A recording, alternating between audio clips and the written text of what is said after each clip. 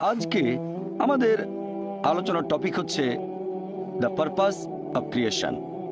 এই প্রশ্নটা যে সৃষ্টির পেছনে উদ্দেশ্যটা কি, এটা প্রত্যেক মানুষেরই মাথাতে অন্তত জীবনে একবার আসবে। হতে পারে সেই লোক ধনী অথবা গরিব, রাজা অথবা প্রজা, কালো বা সাদা, হলুদ বা বাদামি, সে থাকতে পারে আমেরিকায় বা ইংল্যান্ডে, অথবা থাকতে পারে ভারতে বা সৌদি আরবে। এই প্রশ্নটা পৃথিবীর প্রত্যেক মানুষের মাথাতেই জীবনে অন্তত একবার উঁকি দিয়ে যাবে। আমাদের কেন সৃষ্টি করা হয়েছে? আমরা এই পৃথিবীতে কেন? আমাদের এখানে আসার উদ্দেশ্যটা কি?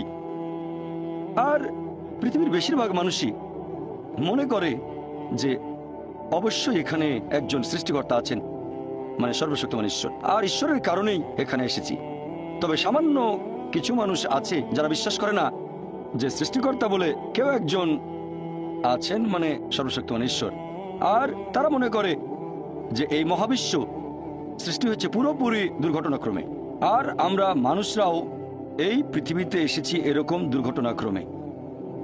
ধরেন সাগরের বিচে দেখলেন একটা মানুষের পায়ের ছাপ। সে সময় একজন লজিক্যাল মানুষ চিন্তা করবে এই পায়ের ছাপ তৈরি হয়েছে কোনো মানুষের হাঁটার কারণে। একজন লজিক্যাল মানুষ ভাববে না যে পায়ের ছাপটা তৈরি হয়েছে দুর্ঘটনাক্রমে, অথবা পায়ের ছাপটা তৈরি হয়েছে সমুদ্রের পানির স্রোতে।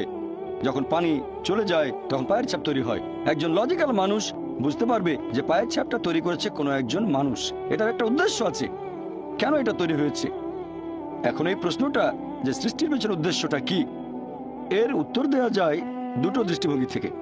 এক নাম্বার হচ্ছে সৃষ্টিকর্তার দৃষ্টিভঙ্গি থেকে, মানে সর্বশক্তিমান ঈশ্বরের। আর দুই নাম্বার হলো সৃষ্ট জিনিসের দৃষ্টিভঙ্গি থেকে, মানুষের দৃষ্টিভঙ্গি। এখানে প্রথম দৃষ্টিভঙ্গিটা হচ্ছে আমাদের স্রষ্টা সর্বশক্তিমান ঈশ্বরের দৃষ্টিভঙ্গি। কোন কারণে তিনি মানুষকে সৃষ্টি করেছেন, কোন কারণে এত কিছু তিনি সৃষ্টি করেছেন। আর দুই নম্বর সৃষ্টি করা জিনিসের দৃষ্টিভঙ্গি থেকে, মানে মানুষের দৃষ্টিভঙ্গি, যে সর্বশক্তিমান ঈশ্বর কেন আমাদের সৃষ্টি করেছেন। যেসব লোকজন সর্বশক্তিমান ঈশ্বরের অস্তিত্বকে মেনে নিতে চায় না, তারা মনে করে যে আমরা মানুষরা এই পৃথিবীতে এসেছি দুর্ঘটনাক্রমে। তাহলে সেই ফিলোসফি অনুযায়ী মানুষ আর অন্যান্য সৃষ্ট জিনিসের মধ্যে কোনো পার্থক্য নেই, সবাই এসেছে দুর্ঘটনাক্রমে। মানুষ আর অন্যান্য পশু পাখি সবাই দুর্ঘটনাক্রমে।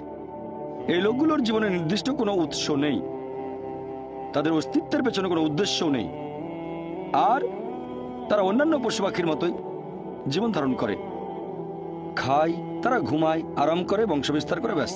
তাহলে মানুষ আর অন্যান্য পশু পাখির জীবনের উদ্দেশ্য একই হয়ে গেল, খাওয়া, পান করা, ঘুমানো, আরাম করা, বংশবিস্তার। যেহেতু তাদের জীবনের কোনো উদ্দেশ্য নেই, তারা এইসব কাজে দক্ষ হওয়ার চেষ্টা করে, যেমন খাওয়া দাওয়া, পান করা, চলাফেরা। তারা হয়ে যায় বস্তুবাদী, আর সেই কারণেই এই লোকগুলোর কাছে বস্তুবাদ হয়ে যায় ঈশ্বর। আর এই বস্তুবাদের কারণে এই লোকগুলোই তৈরি করে ড্রাগস, টাকা কামানোর জন্য, আরামাইশের জন্য। তারা তৈরি করে বোমা, ভয়ঙ্কর সব মারণাস্ত্র, লিপ্ত হয় অবাধ যৌনাচারে, ব্যভিচারে, তারপর সমকামিতায় আর পর্নোগ্রাফিতে। এতে তাদের মধ্যে কোনো বিকার নেই। তারা ড্রাগস তৈরি করুক অথবা পর্নোগ্রাফিতে ব্যস্ত থাকুক, তাদের মূল উদ্দেশ্যটা বস্তুবাদ ছাড়া আর কিছুই নয়। আসুন আজকে আমরা এই প্রশ্নটার উত্তর খোঁজার চেষ্টা করি দুটো দৃষ্টিভঙ্গি থেকেই, যে সৃষ্টির উদ্দেশ্যটা আসলে কি। প্রথমে আমরা দেখব আমাদের সৃষ্টিকর্তার দৃষ্টিভঙ্গি, সর্বশক্তিমান ঈশ্বরের দৃষ্টিভঙ্গি, অর্থাৎ আল্লাহ সুবহানাহু ওয়া তাআলার দৃষ্টিভঙ্গি। কোন কারণে তিনি মানুষকে সৃষ্টি করেছেন,